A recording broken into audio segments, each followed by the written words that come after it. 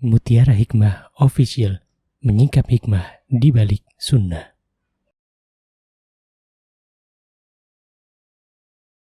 Salurkan donasi terbaik Anda untuk mendukung dakwah Mutiara Hikmah Official.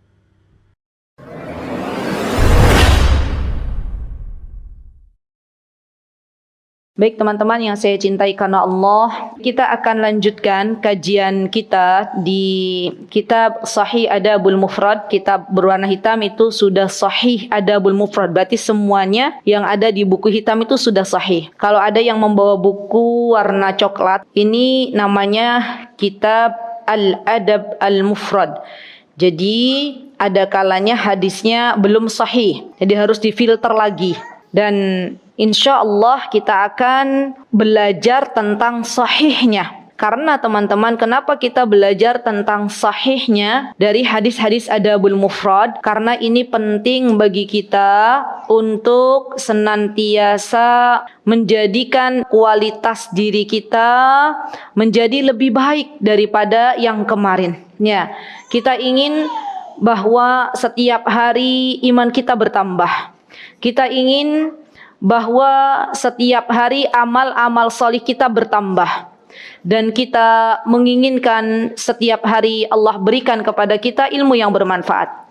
Ya. Dan kita akan memasuki hadis yang ke-584. Kalau di kitab hitam, teman-teman, nomor hadisnya 584. Baik, saya bacakan dulu hadisnya. An Abi Hurairah radhiyallahu anhu anna Rasulullah sallallahu alaihi wasallam qala yanzilu rabbuna tabaraka wa ta'ala fi kulli lailatin ila as-sama'id dunya hina yabqa thuluthul lailil akhir فيقول من يدعوني فأستجيب له من يسألني فأعطيه من يستغفرني فأغفر له. Baik, hadis ini teman-teman, hadis tentang nuzul, tentang turunnya Allah Subhanahu wa ta'ala ke langit dunia. Ini derajatnya mutawatir. Apa itu mutawatir? Mutawatir itu adalah sebuah hadis yang diriwayatkan oleh banyak perawi.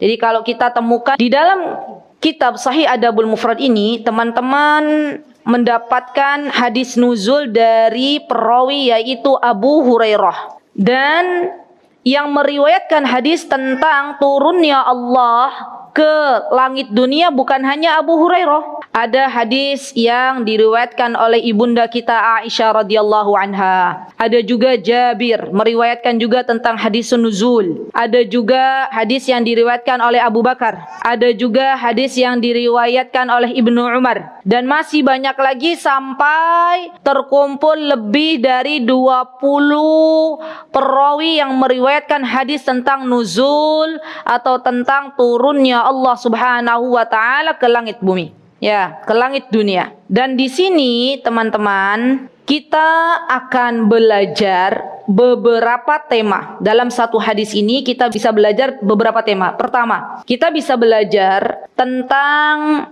tauhid asma was sifat. Kan tauhid itu terbagi menjadi 3 ya. Apa saja ibu-ibu? Tauhid rububiyah. Tauhid rububiyah itu apa? Definisinya, mengesahkan Allah di dalam perbuatannya.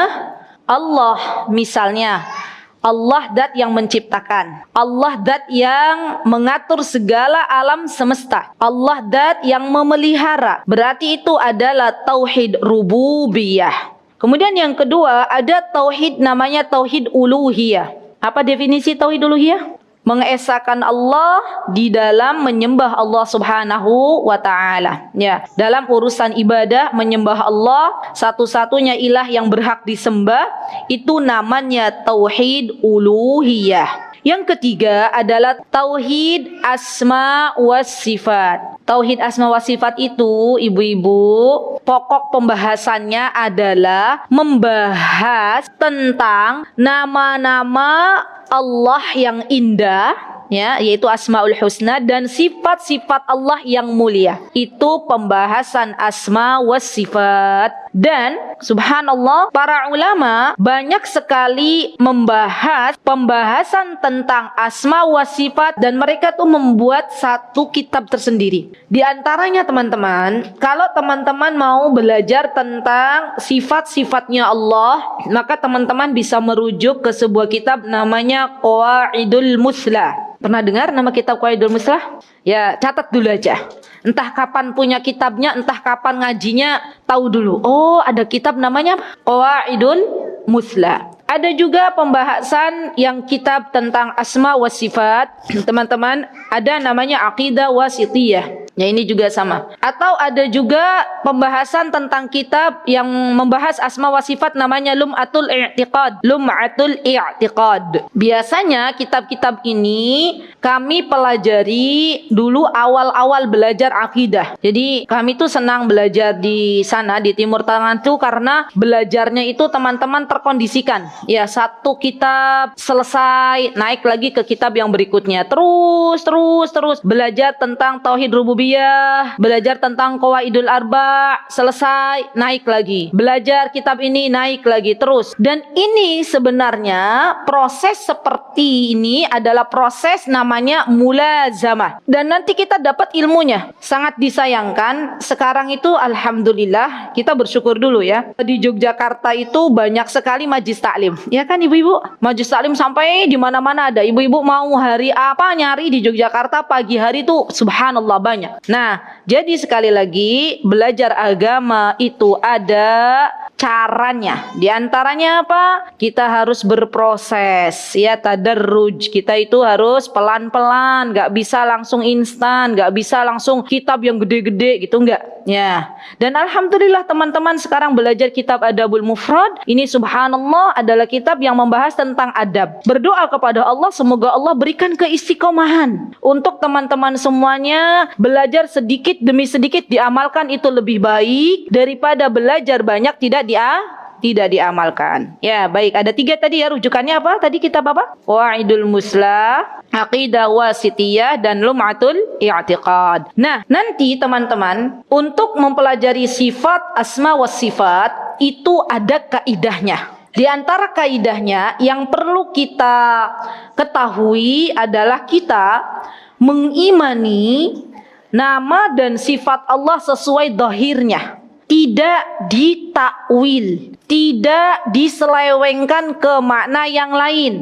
Ya, jadi misalnya contoh, Allah punya sifat nuzul. Ini kan ada kan kita belajar sifat nuzul. Apa sih sifat nuzul? Allah itu turun dari arsy ke langit dunia. Nah, kita Ahlus Sunnah wal Jamaah harus mengimani bahwa Allah itu turun. Ya. Siapa yang turun? Allah.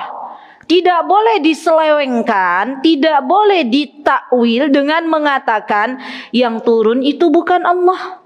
Tapi yang turun itu misalnya rahmatnya Allah. Yang turun itu misalnya perintahnya Allah. Yang turun itu misalnya malaikatnya Allah. Ini teman-teman menjadi PR bagi sebagian orang yang dia belum mempelajari asma wa sifat dengan baik. Akhirnya ada perkataan atau syubhat-syubhat yang masuk, mereka percaya. Ya, jadi contohnya di antara penyelewengan dalam asma wa sifat yang telah digaungkan oleh kelompok-kelompok seperti Mu'tazilah, mereka mengatakan bahwa yang turun itu bukan Allah, tapi yang turun adalah rahmatnya Allah. Baik, sekarang teman-teman, kalau nanti teman-teman dengar ada syubhat itu sesuatu yang rancu, sesuatu yang ragu. Mendengar ada syubhat bahwa yang turun dari arsy itu adalah rahmatnya Allah, teman-teman bisa jawab begini. Kalau rahmatnya Allah hanya turun di sepertiga malam, maka itu perkataan yang tidak benar. Karena rahmatnya Allah itu turun setiap saat, ya kan? Yang kedua, kalau yang turun itu menurut mereka menyelewengkan arti turunnya Allah. Di sini kan ada yanzilu rabbuna, Allah turun. Ya, kalau mereka mengatakan bahwa turunnya Allah ke langit dunia itu adalah malaikatnya atau perintahnya, maka kita bantah perkataan mereka dengan sebuah perkataan bahwa perintahnya Allah, malaikatnya Allah tidak mungkin bisa mengabulkan doa hambanya. Kan di sini dikatakan man yad'uni fa astajibulah. Ya, barang siapa yang meminta, yang berdoa kepadaku, kata Allah Subhanahu wa taala, maka akan aku berikan. Ya. Dan ini enggak mungkin kalau misalnya malaikat atau perintah bisa mengabulkan doa hambanya. Sekarang bisa dipahami teman-teman? Ya, itu jawabannya. Ya. Dan ini harus benar-benar teman-teman perhatikan, yakini, ajarkan ke anak-anak. Subhanallah, kita itu hidup di zaman penuh dengan fitnah. Kita itu hidup di zaman penuh dengan, subhanallah, mohon maaf, kebodohan, ilmu yang sangat sedikit. Dan biasanya tentang ilmu asma wa sifat ini jarang dibahas, teman-teman. Yang sering dibahas itu tauhid rububiyah, tauhid uluhiyah. Padahal tauhid asma wa sifat ini juga penting. Banyak terjadi penyelewengan-penyelewengan di luar itu berkaitan dengan tauhid asma wa sifatnya. Nah, bagaimana sekarang kita mengimani bahwa Allah itu turun? Ya, sekarang akidah Ahlussunnah wal Jamaah mengatakan kalau ada dalam nas, ya dalam nas yang berkaitan dengan sifat-sifat Allah, baik di dalam Al-Quran teman-teman, atau di dalam hadis-hadis Nabi kita Muhammad SAW, maka kita mengimaninya dengan secara zahir tanpa mentakwil. Dan kita tahu Allah itu sekarang di mana teman-teman? Di arsy. Tidak usah bertanya, tidak boleh kita itu memvisualisasikan, tidak boleh kita itu mentakif bagaimananya. Ketika kita mempelajari sifat-sifat Allah, kita nggak boleh bilang begini, nanya gitu ya ke guru, katanya Allah itu turun dari arsy ke langit dunia, turunnya pakai apa gitu ya, bagaimana turunnya, itu nggak boleh. Ya ini memang ulama sudah menetapkan kalau kita belajar sifat-sifat nama-nama Allah itu nggak harus tanya bagaimananya. Imam Malik rahimahullahu taala ketika ditanya teman-teman tentang istiwanya Allah, jadi ada yang tanya, wahai Imam Malik, tahu siapa Imam Malik? Ulama besar, betul. Ya, ulama besar, betul. Ada lagi nggak? Masya Allah, gurunya Imam Syafi'i yang punya buku yang fenomenal, yang terkenal. Nama bukunya apa? Apa bukunya Imam Malik? Al-Muwatta. Kalau bukunya Imam Syafi'i Ar-Risalah dan Al-Um. Kalau bukunya Imam Ahmad Al-Musnad. Itu harus kita ketahui. Ya, jadi nggak usah bingung. Jadi kitab Imam Malik tuh ngarang kitab banyak. Hanya yang terkenal tuh namanya kitabnya Al-Muwatta. Imam Malik ditanya, ya, wahai Imam Malik, apa pertanyaannya? Bagaimana istiwanya Allah? Allah tuh bagaimana istiwanya? Ya, bersemayamnya Allah itu seperti apa? Maka Imam Malik mengatakan al-istiwa'u ma'lum. Istiwa itu sudah maklum, sudah tahu bagaimana istiwa itu. Dan kita nggak boleh, kata Imam Malik, bertanya tentang bagaimananya, kaifiyahnya itu nggak boleh. Contoh lagi, misal disebutkan di dalam Al-Quran ada Allah ini, mudah-mudahan ini Masya Allah ya, yang hadir sekarang ini alhamdulillah bersyukur kepada Allah, karena saya juga jarang membahas tentang asma wa sifat. Contoh misalnya, di dalam Al-Quran Allah menyebutkan bahwa Allah itu ridha gitu. Allah itu tertawa. Allah itu punya tangan. Kita nggak boleh tanya bagaimana tangan Allah, sebesar apa tangan Allah. Kenapa? Karena kita kembali ke sebuah kaidah, laisa kamitslihi syai'un wa huwas samiul basir. Tidak ada permisalan antara Allah dengan makhluknya. Jadi ibu-ibu, ini hati-hati orang yang biasanya kepo, atau kepo nggak? Pengen tahu lebih dalam, ya, atau orang yang biasanya kalau anak-anak itu kritis gitu ya kan, banyak tanya, boleh banyak tanya, tapi kalau sudah bertanya bagaimananya tentang sifat Allah, maka kita kasih tahu ke mereka, nah, untuk masalah sifat Allah itu tidak boleh ditanya bagaimananya, tapi kita harus mengimani apa-apa yang ada di dalam Al-Quran dan di dalam hadis yang berkaitan dengan asma was sifat. Baik, nah teman-teman yang saya cintai karena Allah, di sini Abu Hurairah. Nah, Abu Hurairah itu namanya siapa? Abu Hurairah itu kunyah. Namanya siapa teman-teman? Abdurrahman bin Sakhr. Beliau adalah seorang perawi hadis, meriwayatkan hadis berapa? 5.300 berapa? 735 ya, kurang lebih. Ya, yang jelas Abu Hurairah ini subhanallah meriwayatkan hadis yang sangat banyak. Beliau masuk Islam pada tahun 7 Hijriah. Rasulullah SAW meninggal pada tahun 11 Hijriah. Rasulullah SAW dekat dengan para sahabatnya sampai-sampai Abu Hurairah itu terkenal orang yang giat menuntut ilmu. Subhanallah. Beliau juga tergolong dengan kelompok namanya atau yang biasa tinggal di emperan masjid. Namanya Ahlus Suffah. Ya, dan Abu Hurairah tuh biasa teman-teman ketika belajar, beliau tuh lapar itu udah biasa. Ya, jadi kalau teman-teman sekarang merasa saya nggak punya makanan, ya bukan kita aja, dulu juga sama. Para sahabat juga mereka sampai mengganjal perutnya tuh dengan batu. Ya, termasuk Abu Hurairah. Jadi Abu Hurairah aslinya tuh dari Yaman. Ya, beliau berasal dari suku namanya Qabilah Daus, Ad-Daus. Dan dulu waktu beliau ke kota Madinah, beliau itu langsung istilahnya semangat belajar ya. Jadi beliau itu semangat mengejar ketertinggalan beliau dari para sahabat-sahabat yang lainnya. Jadi teman-teman yang baru berhijrah, saya sering mengatakan jangan pernah berputus asa dan jangan minder dengan kawan-kawannya yang sudah berhijrah duluan. Yuk jadilah seperti Abu Hurairah yang baru masuk Islam di tahun 7 Hijriah, tapi ternyata subhanallah kontribusi beliau untuk umat ini jauh melesat daripada yang awal-awal gitu loh. Ya, generasi-generasi awal dan generasi-generasi awal juga punya keutamaan. Orang-orang yang masuk Islam pertama seperti Abu Bakar As-Siddiq, Ibunda Khadijah, itu semuanya punya keutamaan. Wasabiqunal awwaluna minal muhajirin wal ansar. Semuanya punya keutamaan masing-masing. Ya, baik. Apa Abu Hurairah berkata? Yanzilu Rabbuna anna Rasulullah sallallahu alaihi wasallam qala, Rasulullah SAW bersabda, yanzilu Rabbuna tabaraka wa ta'ala. Dalam hadis ini kita menetapkan bahwa Allah itu yanzil. Yanzil itu dari kata nazala yanzilu. Ya, Allah turun. Rabbuna itu Rabb kami, tabaraka wa ta'ala. Tabaraka wa ta'ala fi kulli lailatin ila sama'id dunya. Jadi Allah Subhanahu wa ta'ala, teman-teman, setiap malam turun ke langit dunia. Dari sini kita bisa belajar bahwa langit itu berlapis-lapis ya, jumlahnya nggak hanya satu. Yang kita lihat itu ternyata di atasnya langit yang kita lihat masih ada langit lagi, sampai berapa lapis teman-teman? 7 lapis. Dan Allah Subhanahu wa ta'ala turun ke langit dunia. Para ulama mengatakan langit dunia adalah langit yang terdekat dengan manusia ya. Dan Allah Subhanahu wa ta'ala turun ke langit dunia setiap malam, hina yabqa thuluthul lailil akhir. Kapan turunnya? Di sini disebutkan turun di sepertiga malam terakhir.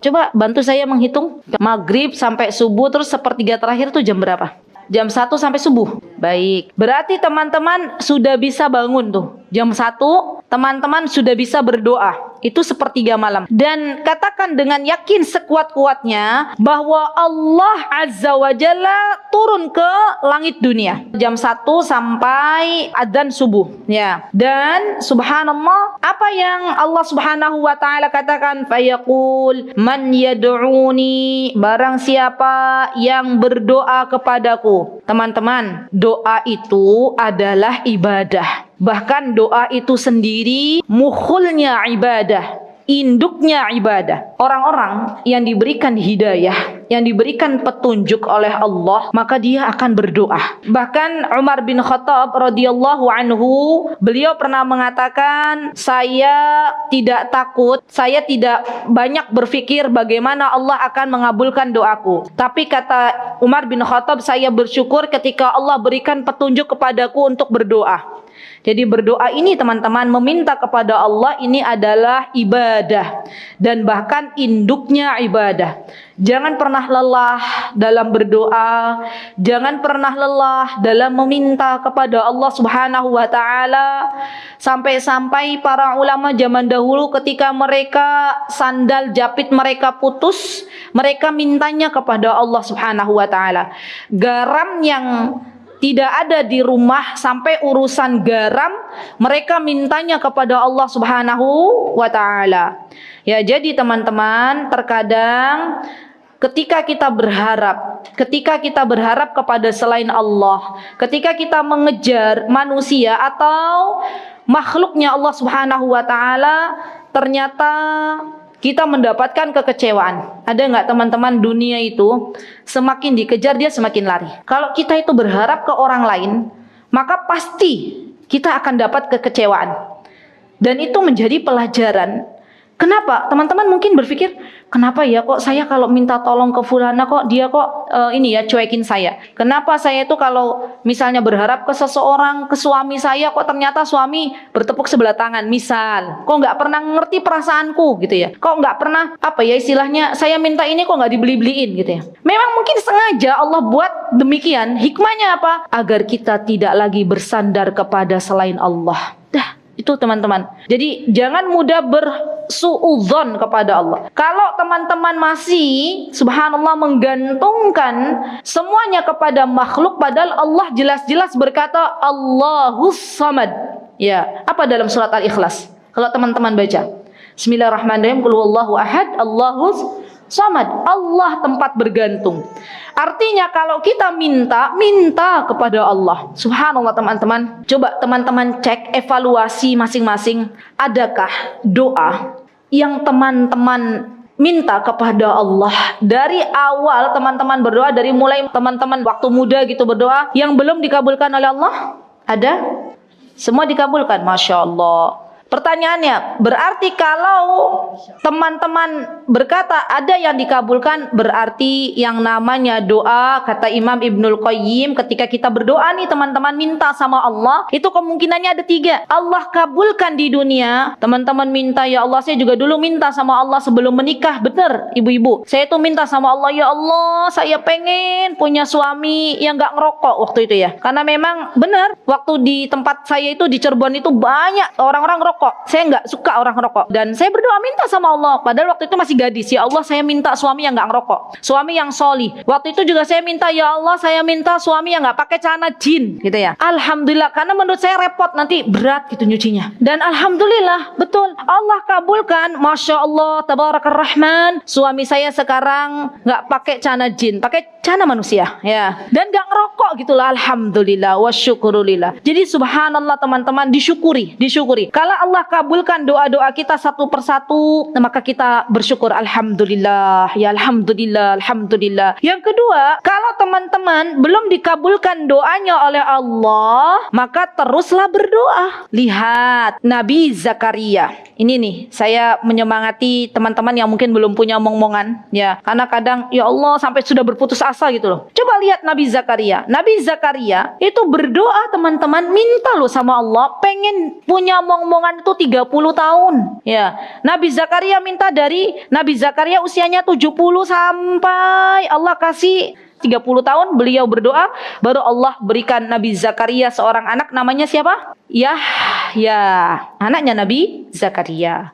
Ya, jadi terus berdoa. Ya, kalau misalnya nggak dikabulkan, tenang, Allah simpankan doa kita di akhirat, dan itu ternyata yang terbaik. Subhanallah, subhanallah. Jadi Allah tuh pengen ada sisa yang kita akan nikmati di akhirat. Ya. Dan yang ketiga teman-teman, kata Imam Ibnul Qayyim, kalau kita berdoa, ya, maka terkadang dengan doa yang kita panjatkan kehadirat Allah Subhanahu wa taala, kepada Allah Subhanahu wa taala, maka kita itu dijauhkan dari mara bahaya. Subhanallah. Teman-teman melihat misalnya ada banyak musibah yang terjadi, kita dijauhkan oleh Allah Subhanahu wa taala dari bahaya. Itu efek dari doa yang kita panjatkan ke hadapan Allah Subhanahu wa taala. Jadi jangan pernah lelah berdoa. Senjatanya orang-orang beriman adalah doa. Kalau misalnya teman-teman subhanallah diuji oleh Allah dengan suami yang mungkin belum sesuai harapan teman-teman, dan ini banyak ibu-ibu tuh, ya Allah, saya berapa kali dapat cerita, nggak hanya 1-2. Ustazah, kemarin di Pakuwon ya. Itu ada ibu-ibu juga yang tanya ke saya, Ustazah, ini loh, kita itu kajian itu di mana-mana emak-emak gitu ya. Lah, harusnya itu yang ngerti ya suami gitu ya, laki-laki yang harusnya hadir, biar mereka tuh paham. Karena banyak emak-emaknya sudah soliha, laki-lakinya belum solih gitu ya. Nah sekarang bagaimana caranya kalau memang terjadi demikian? Ya minta sama Allah agar Allah solihkan suaminya ibu-ibu. Karena yang memegang hati suami kita itu Allah. Minta terus ya Rabb gitu ya. Boleh minta kepada Allah dengan perkataan ya Rabb. Ya Rabb, luaskanlah ya hati suamiku untuk mendapatkan hidayah dari Engkau. Dan sabar dalam menanti doa itu, sabar. Nggak boleh kita itu tergesa-gesa. Sekarang kita berdoa, ya Allah, solihkanlah suami hamba. Yang awalnya nggak mau ke masjid, misalnya yang awalnya masih ninggalin sholat, tiba-tiba ibu-ibu pengennya ada adzan langsung ada di saf pertama. Ya besoknya misalnya, itu bisa terjadi. Tapi kalaupun nggak terjadi, nggak usah kita bersuudzon kepada Allah. Allah ingin melihat seberapa sabar kita dalam berdoa kepada Allah Subhanahu wa taala. Begitu ya ibu-ibu, terus doakan. Dan subhanallah, saya pun mendapati ada seorang ibu yang curhat dengan ujian yang Allah berikan dengan suaminya yang belum sholih. Dia berdoa, kemudian balik lagi ibu ini, alhamdulillah sekarang suaminya sudah mendapatkan hidayah, saya ikut bergembira. Lihat, Allah ijabah, Allah ijabah. Yang penting kita itu memperbanyak untuk berdoa. Baik. Dan ini pesan saya, teman-teman, yang namanya berdoa itu jangan kita itu mendoakan diri kita tok. Nggak usah kita itu egois. Akhirnya yang kita doakan suami kita, anak-anak kita tok. Memang betul. Kalau kita berdoa, yang pertama kita doakan adalah kita. Ya, diri kita. Ya, Rabbi habli, misalnya apa? Rabbi gfirli. Rabbi gfirli kan berarti saya meminta ampunan ya. Kemudian baru orang tua. Dan juga kawan-kawan. Didoakan orang lain. Didoakan. Karena ketika kita mendoakan orang lain, maka subhanallah kita akan didoakan oleh malaikat. Ya, kata malaikat, semoga Allah mengabulkan doamu dan semoga Allah juga memberikan apa yang kau pinta untuk orang lain. Ya, jadi kita itu jauh di mata, dekat di doa. Ya, subhanallah. Semoga kita dijadikan oleh Allah Subhanahu wa taala orang-orang yang saling mendoakan. Baik. Man yas'aluni fa'u'tiyah. Sama ya, ini barang siapa yang meminta kepadaku, kata Allah Subhanahu wa taala, maka akan saya beri. Ya, subhanallah. Dan teman-teman, saya sering mengatakan, tidak ada di dunia ini sebuah nikmat yang bukan datang dari Allah. Enggak ada. Ya. Walaupun hanya seteguk air putih. Ya, air putih yang ada di depan saya ini pemberian dari Allah. Dan ini adalah nikmat, ini adalah rizki. Dan rizki itu, ya pemberian Allah itu bukan hanya materi, teman-teman. Karena pemberian Allah, rizkinya Allah tuh terbagi menjadi dua. Ya, ada ma'nawiyah, ada hisiyah. Hisiyah itu adalah yang terlihat, ma'nawiyah itu yang tidak terlihat. Misalnya, Allah kasih teman-teman, atau Allah, saya tadi pagi minum air putih ini. Tadi ya, berarti ini namanya rizki hisiyah. Allah kasih air minum, kelihatan nih air putih yang ada di depan. Ma'nawiyah itu sesuatu yang tidak terlihat. Contoh, Allah kasih teman-teman rizki bertambah imannya teman-teman kepada Allah. Itu rizki. Allah kasih teman-teman ilmu. Itu juga rizki. Allah kasih teman-teman rizki anak-anak yang salih. Itu rizki bukan? Rizki. Allah kasih teman-teman rizki bisa salat subuh. Dan itu rizki bukan? Rizki. Jadi rizki Allah tidak terbatas kepada materi, tapi rizki Allah Subhanahu wa taala itu sangat-sangat luas, ya. Dan yang namanya meminta, ya, sa'ala atau meminta itu juga dibagi menjadi dua. Ada permintaan doa atau permintaan dalam hal ibadah, ada permintaan dalam hal masalah. Ya. Apa permintaan dalam hal masalah? Contoh, ada seseorang yang dia punya problem. Semua orang yang hidup ini punya problem ya teman-teman. Nah, kalau kita punya masalah, maka minta solusinya kepada Allah. Caranya bagaimana? Bertakwa. Dah, itu kuncinya. Satu kuncinya, bertakwa. Kita tahu apa yang Allah Subhanahu wa taala sebutkan, may yattaqillah yaj'al lahu makhraja. Barang siapa yang bertakwa kepada Allah, maka Allah akan kasih jalan. Dan subhanallah, jalannya itu kadang dari arah yang tidak terduga. Kok iso yo? Ibu-ibu pernah gak sih menemukan punya masalah terus Tiba-tiba Allah kasih tuh solusi yang menurut kita tuh kok bisa ya kayak gini gitu ya. Allah datangkan bluk gitu. Pernah nggak? Pernah? Siapa? Sering. Masya Allah. Misalnya apa? Oh, mau bayar utang. Terus tiba-tiba Allah kasih dari langit gitu. Oh, Masya Allah. Tiba-tiba ada yang beli ya Bu ya. Tiba-tiba ada yang beli dagangannya. Mau bayar utang. Tiba-tiba ada yang nelpon. Ya. Ada berapa daganganmu? Wah, semuanya saya beli. Masya Allah. Ya itulah caranya Allah. Caranya Allah. Jadi sekarang tugas kita itu teman-teman sebenarnya simple. Tugas kita itu jadilah hamba-hamba Allah yang bertakwa. Maka Allah akan berikan jalan keluar dari semua masalah kita yang ada di dunia. Sudah itu ya. Minta kepada Allah, Allah kasih. Minta kepada Allah, Allah kasih. Bahkan subhanallah, orang-orang yang bertakwa ini terkadang sebelum dia meminta hajatnya kepada Allah, sebelum dia meminta kepada Allah, Allah sudah kasih duluan. Allah yang mengatur, Allah yang tahu mana yang terbaik untuk hambanya. Dan terkadang teman-teman ini perlu dicatat, apa yang kita minta kepada Allah belum tentu Allah kasih, tapi ternyata belum dikasihnya oleh Allah sesuatu yang kita minta itu adalah yang terbaik. Itu adalah yang terbaik. Untuk siapa? Untuk dunia dan akhirat kita. Itu harus benar-benar mindset kita dirubah. Jadi misalnya teman-teman minta mobil, Allah kasih kendaraan roda 2. Ya, itu yang terbaik. Kenapa? Mungkin kalau teman-teman mintanya mobil nggak bisa bayar. Mungkin kalau teman-teman punya mobil nggak bisa ganti bannya karena terlalu mahal misalnya. Ya sudah, Allah kasih yang terbaik yaitu motor misalnya. Dan mungkin teman-teman kalau Allah kasih mobil, teman-teman mohon maaf jadi jumawa gitu, jadi sombong ya. Dan itu yang terbaik. Ya sudah, kita katakan alhamdulillah. Ada orang minta anak laki-laki, sama Allah kasihnya perempuan. Ada loh yang punya anak itu 7 perempuan semua, pengennya anak laki-laki. Terus dia bilang, ya Allah saya tuh pengen rasain nyicipi punya anak laki-laki. Ternyata Allah belum kasih. Dan subhanallah, apa kebaikannya kalau dia benar-benar bisa mendidik anak perempuan ini ke hal-hal yang Allah ridai.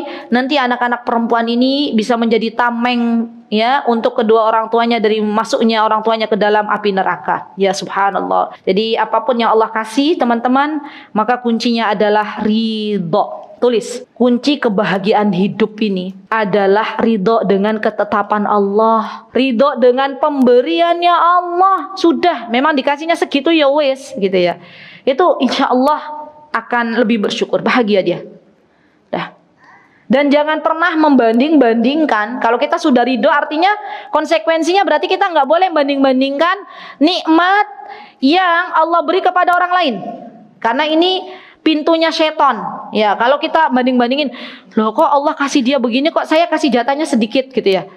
Bisa jadi yang sedikit itu barokah, yang banyak itu justru nggak barokah. Ya, jadi ridho dengan pemberiannya Allah Subhanahu wa taala. Baik, yang terakhir teman-teman, apa kata Allah di sini? Man yastaghfiruni fa'aghfirulah. Barang siapa yang meminta ampunan kepadaku, maka akan saya berikan ampunan.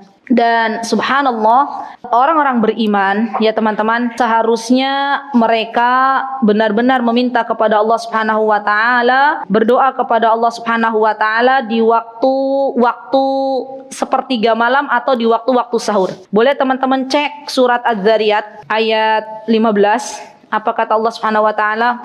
Ini menjadi renungan untuk kita. Baca bareng-bareng yuk. A'udzu billahi minasyaitonir rajim. Bismillahirrahmanirrahim. Innal muttaqina fi jannatin wa 'uyun. Akhidhina ma atahum rabbuhum. Innahum kanu qabla dhalika muhsinin. Kanu qalilan minal laili ma yahja'un. Wabil asharihum yastaghfirun.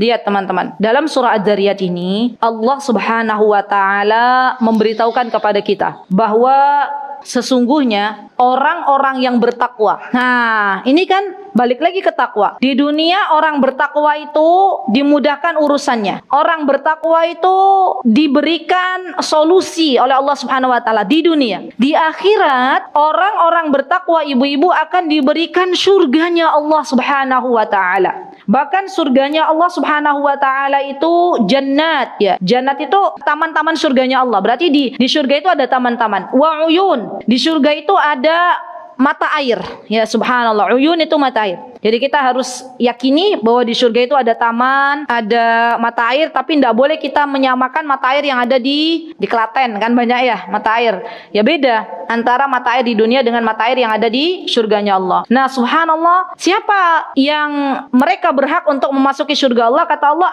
akhidina ma atahum rabbuhum. Subhanallah, mereka adalah orang-orang yang menerima, ini loh teman-teman, segala pemberian dari Allah. Tadi kan, balik lagi kan, sama kan kuncinya? Apa? Ridho dengan pemberian Allah. Jadi orang-orang yang bertakwa yang kelak Allah akan masukkan ke dalam surganya itu sifat pertama, akhidina ma atahum rabbuhum. Dia ridho atas pemberian Allah. Allah mau kasih anak 3, mau kasih anak 1, mau kasih anak 10, sudah ridho, alhamdulillah. Allah mau kasih kita misalnya kayak saya sekarang penglihatannya berkurang pakai kacamata misalnya, apa yang enggak, ya sudah kita ridho, alhamdulillah. Ya ridho dengan pemberiannya Allah. Innahum kanu qabla dzalika muhsinin. Yang kedua, orang yang bertakwa yang akan Allah masukkan ke dalam surganya itu orang-orang yang biasanya di dunianya suka berbuat baik. Ya, cek kita masing-masing. Nggak usah kita jauh-jauh melihat orang lain. Cek aja diri kita. Kita itu termasuk orang yang ringan tangan enggak? Kita itu termasuk orang-orang yang suka berbuat kebaikan enggak? Kalau selama ini kita jarang berbuat kebaikan,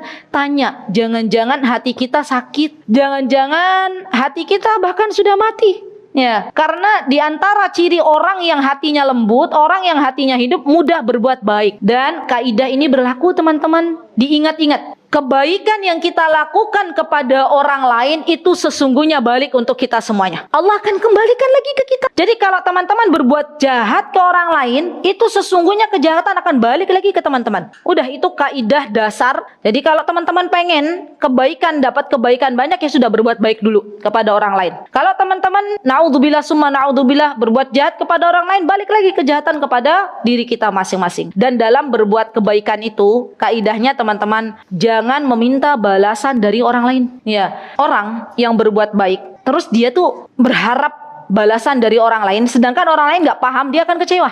Iya nggak?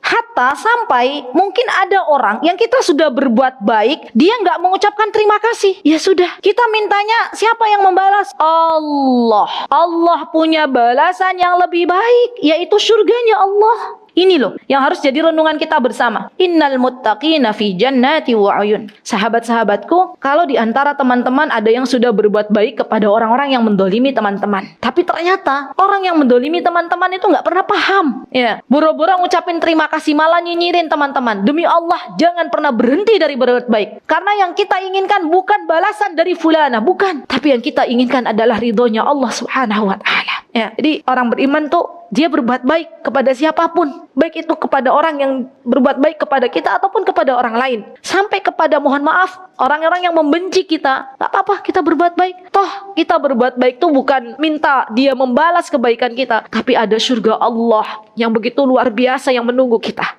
Ya, jadilah kita orang-orang yang kalau kita nggak ada itu dirindukan banyak orang. Tuh udah, jadilah kita khairun nasi anfa'uhum linnas. Jadilah kita orang-orang yang banyak memberikan manfaat untuk orang lain. Jangan pernah berharap kebaikan dari makhluk Allah, karena terkadang subhanallah kalau kita masih berharap dengan balasan dari orang lain, tanya niat kita berbuat baik untuk siapa? Ya kan?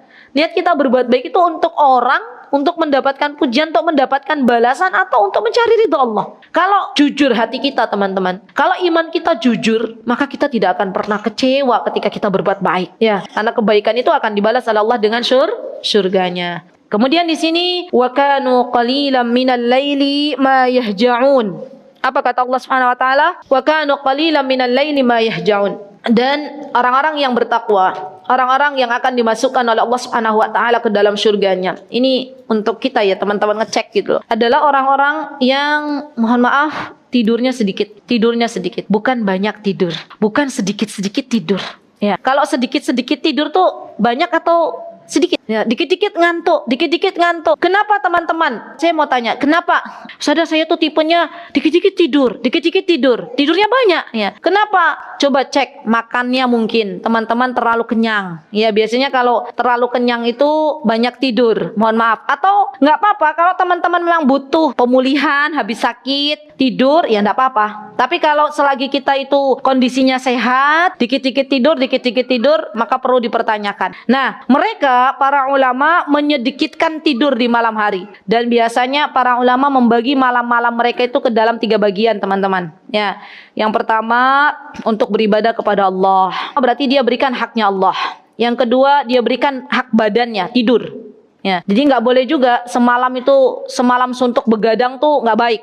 Ya, tetap harus kasih jatah badan kita yaitu tidur. Dan kalau tidur minta sama Allah, ya Allah semoga tidur hamba yang sedikit bisa berkualitas. Ya, saya sering mengatakan teman-teman pernah mungkin tidur makler gitu ya. Tidur sebentar, terus habis itu bangun seger gitu ya. Pernah nggak? Oh sering, Masya Allah. Sering Bu. Kapan itu Bu? Kalau pas belajar? Wah, kalau pas belajar? Boleh nggak pas belajar tidur? Hah? Oh siang 5 menit. Tak kira pas belajar ngantuk gitu ya, tidur makler gitu ya. Jadi apalagi kalau laki-laki pas Jumatan, khutbah Jumat itu ya, khotibnya khutbah, terus bapak-bapaknya ngantuk, itu biasanya wah Masya Allah, makler namanya ya, Masya Allah. Baik, jadi minta sama Allah tidur yang berkualitas. Nih teman-teman, kemudian poin yang keempat, orang-orang yang bertakwa, orang-orang yang dia akan dimasukkan oleh Allah ke dalam surganya adalah orang-orang yang wabil asharihum yastaghfirun. Dia bangun di waktu sahur, subhanallah jam 3 bangun, terus beristighfar. Ya, beristighfar kepada Allah, minta ampun kepada Allah Subhanahu wa taala. Baik. Kemudian Rasulullah sallallahu alaihi wasallam juga bersabda berhubungan dengan salat malam ini. Apa kata Rasulullah sallallahu ayyuhan nas? Kata beliau dari hadis Abdullah bin Salam, wahai manusia, afsus salam. Nih teman-teman, biar kita itu masuk surga ternyata ada amal soleh yang bisa kita lakukan. Ya, tadi apa? Pertama bertakwa, ridho dengan pemberian Allah. Yang pertama, yang kedua berbuat kebaikan. Yang ketiga sedikit tidur. Yang keempat banyak-banyak beristighfar di waktu sahur. Ya. Kemudian yang kelima ada afsus salam. Kata Rasulullah SAW, afsus salam, sebarkan salam. Nah ini sekarang banyak ya, kita itu malu nyebarin salam padahal sesama muslimah. Assalamualaikum, dikiranya PDKT gitu ya. Padahal tidak apa-apa, nyebarin salam itu boleh ya. Kemudian yang keenam, at'imut ta'am. Kata Rasulullah SAW, at'imut ta'am, beri makan. Ya, beri makan. Subhanallah, orang yang suka memberikan makanan untuk hamba Allah, orang yang suka apa istilahnya, raktir gitu ya. Kalau punya uang, maka Allah akan kasih makan nanti di akhirat. Ya, Allah akan kasih makan. Wasallu wan nasu niyam. Wasallu wan nasu niyam, orang-orang yang salat sedangkan manusia tidur. Itu juga akan Allah masukkan tadkhulul jannata bisalam. Maka Allah akan masukkan dia ke dalam surganya Allah Subhanahu wa taala. Subhanallah. Allahu akbar. Baik, kemudian teman-teman, setelah kita mengetahui siapa saja yang Allah Subhanahu wa taala akan masukkan ke dalam surganya Allah Subhanahu wa taala dan termasuk di dalamnya orang-orang yang bangun malam, maka yang perlu kita cermati teman-teman, ketahuilah bahwa yang namanya qiyamul lail, bangun malam itu, salat tahajud itu adalah salat yang dia salatu ba'dal fariḍah wa afdhalus salat ba'dal fariḍah. Salat yang utama setelah salat wajib itu adalah salat tahajud. Ya, salat yang utama setelah salat wajib, salat sunnah yang utama adalah salat apa teman-teman? Tahajud. Nah, salat malam, qiyamul lail, bangun malam. Ya, kalau misalnya di antara kita itu, ya Allah Ustazah gimana ya? Saya tuh kalau bangun malam rasanya abot, berat. Sudah tak pasang alarm gitu ya. Yang ada apa? Bangun-bangun, matikan alarmnya, lanjut ke Pulau Kapuk. Bukan Kapuk sekarang, kayaknya udah nggak ada Kapuk ya, ke Pulau Busa. Ya, itu pernah nggak sih terjadi teman-teman? Pernah. Berarti apa yang harus kita lakukan kalau ternyata kita itu tidak dimudahkan untuk sholat malam? Pertama, cek masing-masing ya, untuk kita, nggak usah untuk orang lain. Apa ceknya? Cek yang pertama adalah banyak minta sama Allah, karena yang namanya dibangunkan sholat malam itu adalah pertolongan dari Allah. Sekuat apapun teman-teman menyetel alarm bangun malam, tapi kalau Allah belum tolong teman-teman untuk bisa sholat malam, nggak bisa. Maka minta sama Allah, ya Allah, tolonglah hamba bangunkan nanti di sepertiga malam untuk berdoa, untuk sholat malam, untuk ngaji Quran. Minta sama Allah. Yang kedua, cek aktivitas siang hari. Adakah maksiat-maksiat yang kita lakukan? Kalau ada banyak maksiat yang kita lakukan, maka itu jawabannya. Gak bisa sholat malam. Ya, dosanya terlalu banyak. Ya, termasuk dosa saya. Pastinya lebih banyak daripada dosanya ibu-ibu semuanya. Maka kalau kita tahu dosa kita itu banyak, cepat-cepat beristighfar. Ya, cepat-cepat apa Bu? Beristighfar. Dan tips agar kita bisa salat malam itu tadi apa? Berdoa. Apalagi Bu tadi? Banyak-banyak istighfar. Cek kondisi siang hari aktivitas kita. Kemudian berwudu sebelum tidur. Itu bisa membantu kita untuk bisa bangun malam. Dan bagi teman-teman yang tidak terbiasa bangun malam, bisa menunaikan ibadah sholat witirnya diawalkan. Ya, kan ada tipe-tipe yang alhamdulillah Ustazah, saya kalau malam itu Masya Allah otomatis gitu ya, bisa bangun jam 2. Itu gak usah berbangga dulu. Ya kan? Karena Allah yang maha membolak-balikan hati hambanya. Ya bersyukur dulu sama Allah. Kalau teman-teman tipenya bangun terus setiap malam, maka sholat witirnya diakhirkan. Nanti ya ketika teman-teman sudah bangun malam, sholat malam, baru setelah itu sholat witir. Tapi kalau tipenya teman-teman kadang bangun, kadang enggak gitu ya, banyak endaknya ya misalnya, dan itu kita semuanya misalnya, maka sholat witirnya boleh diawalkan sebelum tidur ya. Kemudian boleh SOP-nya sebelum tidur baca An-Nas, Al-Falaq dan Al-Ikhlas serta ayat kursi ya, itu dibaca. Dan boleh juga baca 2 ayat terakhir surah Al-Baqarah ya. Baca 2 ayat terakhir surah Al-Baqarah, insyaallah sudah hafal ya teman-teman ya. Kemudian sebelum tidur juga boleh baca tasbih, tahmid dan takbir. Ini yang dianjurkan Rasulullah SAW kepada putri tercintanya itu Fatimah. Jadi kalau sebelum tidur tuh teman-teman SOP-nya banyak gitu ya, bukan hanya sikat gigi, cuci kaki, tapi ibadahnya. Kita orang-orang beriman baca tasbih subhanallah, subhanallah, subhanallah, alhamdulillah, alhamdulillah, alhamdulillah, alhamdulillah, Allahu akbar, Allahu akbar, Allahu akbar, terus ya Masya Allah. Dan berdoa sebelum tidur. Doa sebelum tidurnya juga harus benar, harus sahih. Coba saya mau cek, Mbak, coba doa mau tidur. Bismikallahumma ahya wa bismika amut.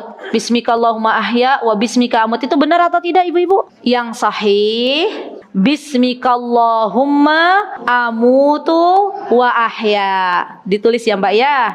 Nanti malam.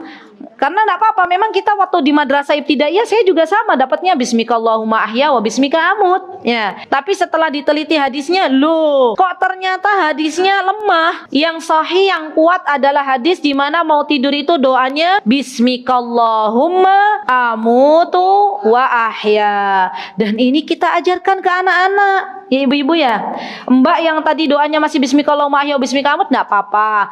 Karena sudah tahu dirubah ya. Jadi doanya harus benar-benar sesuai dengan apa yang dianjurkan oleh Rasulullah Sallallahu Alaihi Wasallam. Baik, itu ya teman-teman. Dan keutamaan ibadah sholat malam itu sangat banyak. Dan ini yang terakhir adalah kebiasaannya para ulama. Jadi ulama tuh kebiasaannya adalah bangun di malam hari. Ini kebiasaan orang-orang sholih. Dan semoga Allah Subhanahu Wa Taala memberikan kepada kita semuanya kekuatan untuk bisa bangun sholat malam. Ada buku yang bagus agar semangat sholat tahajud. Bukunya Syekh Wahid Abdus Salam Bali, tapi bukan dari Bali ya. Ingat ibu-ibu, hah berarti dari Bali ada Syekh gitu ya? Bukan, memang namanya Syekh Wahid Abdus Salam Bali dari Mesir ya. Syekh Wahid Abdus Salam Bali, beliau yang biasa meruqyah itu agar semangat sholat tahajud. Atau judul aslinya Al-Umurul Muyassirah Liqiyamil Lail. Al-Umurul Muyassirah Liqiyamil Lail. Ini juga bagus ya dibaca bukunya. Apa sih tips-tips semangat agar kita bisa bangun malam? Baik, itu yang bisa saya sampaikan dalam kesempatan yang berbahagia ini. Jikalau ada kebenaran datangnya dari Allah Subhanahu Wa Taala, jikalau ada kesalahan datangnya dari saya pribadi, saya mohon maaf yang sebesar-besarnya. Semoga yang sedikit ini bisa diambil manfaatnya. Aqulu qouli hada wastaghfirullah li wa lakum wa akhiru da'wana anil hamdulillahi rabbil alamin. Assalamualaikum warahmatullahi wabarakatuh.